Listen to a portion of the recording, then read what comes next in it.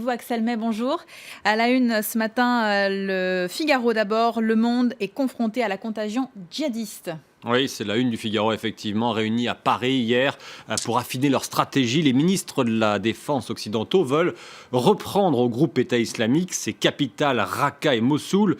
La coalition veut frapper l'organisation terroriste et ses métastases, selon le terme employé dans son édito. Le Figaro prévient, Paris, Tunis, Istanbul, Bamako, Jakarta, Ouagadougou, on compte désormais quasiment une attaque terroriste chaque jour dans le monde. Face à cela, l'erreur serait de se disperser.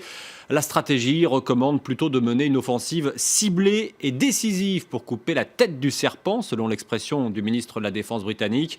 Le Figaro poursuit, les ministres ont admis qu'il fallait faire plus et l'édito de conclure, on attend leur plan de bataille.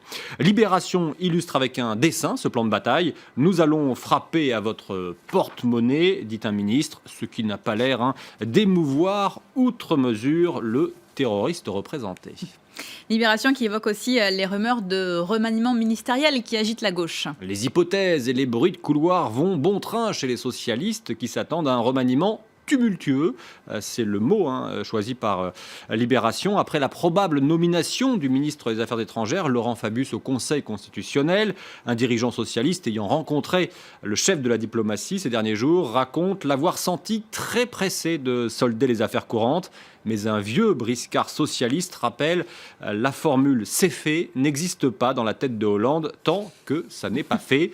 Il n'empêche, pour nombre de socialistes, la fenêtre de tir la plus vraisemblable pour un remaniement se situe juste après le passage en première lecture à l'Assemblée nationale du projet de révision constitutionnelle. Projet controversé à gauche puisqu'il prévoit notamment la déchéance de nationalité pour les terroristes binationaux. L'avantage de remanier juste après le débat sur la révision constitutionnelle, c'est qu'en faisant miroiter des postes de ministres, tout le monde se tient à carreau et vote la déchéance, persifle un dirigeant socialiste. Tout cela est donc à lire dans Libération. Politique toujours, mais cette fois avec le Parisien aujourd'hui en France. Et cette question, quel ministre a effectué le plus de déplacements officiels l'année dernière ? Réponse, Bernard Cazeneuve. Le ministre de l'Intérieur est en tête d'un classement qui fait beaucoup jaser les membres du gouvernement. Depuis quelques jours, ce document circule sous le manteau chez les ministres, une sorte de hit-parade de ceux qui sont le plus présents sur le terrain et sur fond de rumeurs de prochains remaniements.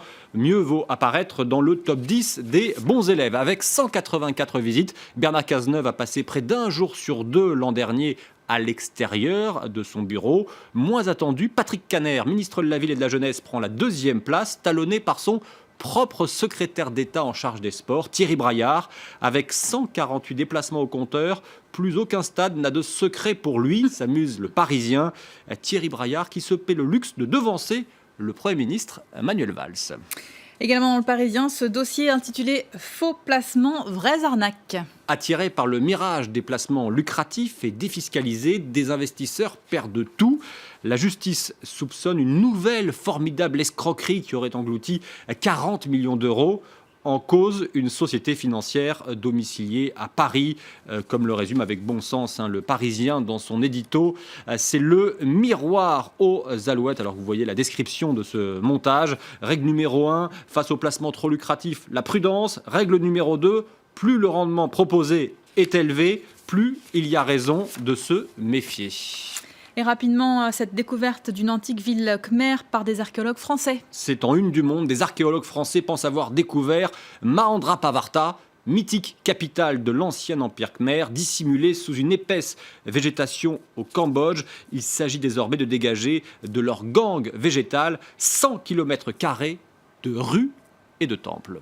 Voilà pour cette revue de presse. Merci beaucoup.